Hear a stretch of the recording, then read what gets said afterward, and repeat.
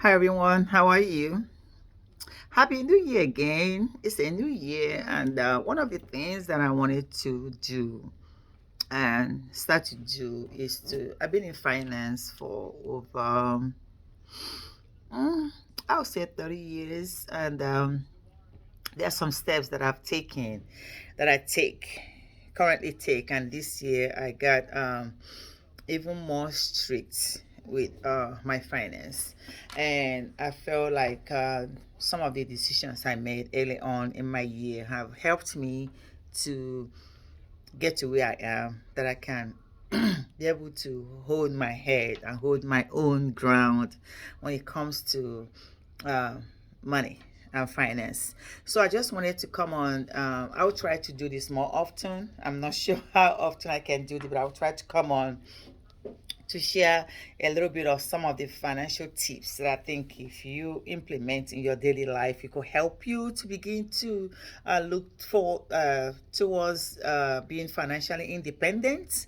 It's really you don't have to like rich, but at least you're financially independent. That you can be able to do things when you want to do them and afford what you do. So this year, I just wanted you to kind of have a financial goal. That's one of the things I wanted to share. And one thing that I wanted to help you to get to your financial, the first thing that we want to talk about and say, I won't have to say this openly to anybody that is watching. Are you living within your financial means? Are you living within your means, like something you can actually afford? I see people sometimes make decisions where you can go to a restaurant and be eating something, especially when you're using credit card. Then what you want to be careful about is not to get into the trap of maxing your credit card available credit. Like you get a credit you think is money and you want to max it out.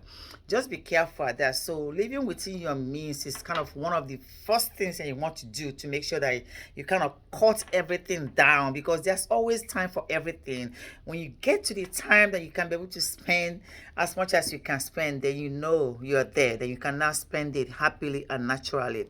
The second thing you want to do is evaluate and re-evaluate where your money is going. Where is your money going? Whenever I teach this, what I tell people to do is carry a notebook and a pen with you everywhere you go. Each time you spend money for anything, write it down. Just write it down. Even if you spend $1, whatever you spend, just write it down. When you write it down, then you want to sit down. If you can do this over a week, over 1 month, I suggest 1 month, because you do spend within a month, there's sometimes you spend less, there's sometimes you spend more.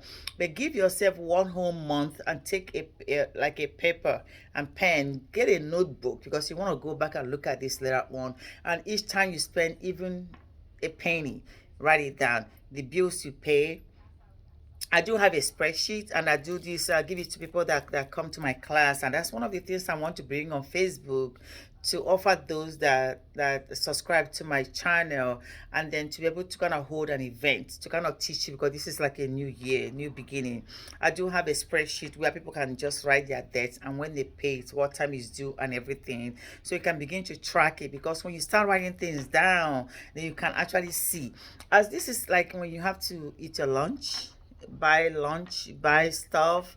Because at the end of this program, or at the end of what I teach, I kind of tell people to go without eating out every day. There are people that still eat lunch every day.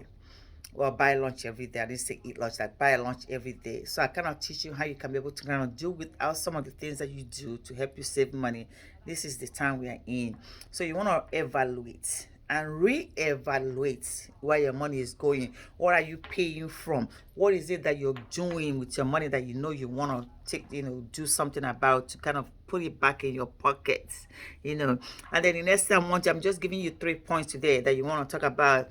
So the next one I want to talk about is that take 10% of everything you make and save it. Don't put it towards your bill. Just take 10% out and save it, and put it where you are not gonna get hold of it. Because what are you say, I don't have enough, how am I gonna take 10% off? Take 10%. You will never have enough. So you must well begin now to take 10% out. And then once you take it out, you put it where you're not gonna get hold of it, or you're not gonna get to it. And I'm gonna come back and tell you what you wanna do with that 10%. Um Leave a comment if you need me to do this a little bit more further. I'm going to touch people that have businesses, the small businesses, even the people that is outside this country, and then how you can be able to begin to maintain your balance so you can gain financial freedom. Sometimes we think we don't have the power, but I can actually do things to help ourselves. Okay, so I believe that when you have financial freedom, a lot of things will be taken care of. So let me know if you're enjoying this. If you do, I want to be able to kind of pour out a lot of the things that I've learned over the years. All right, thank you. Talk to you guys soon. Bye bye.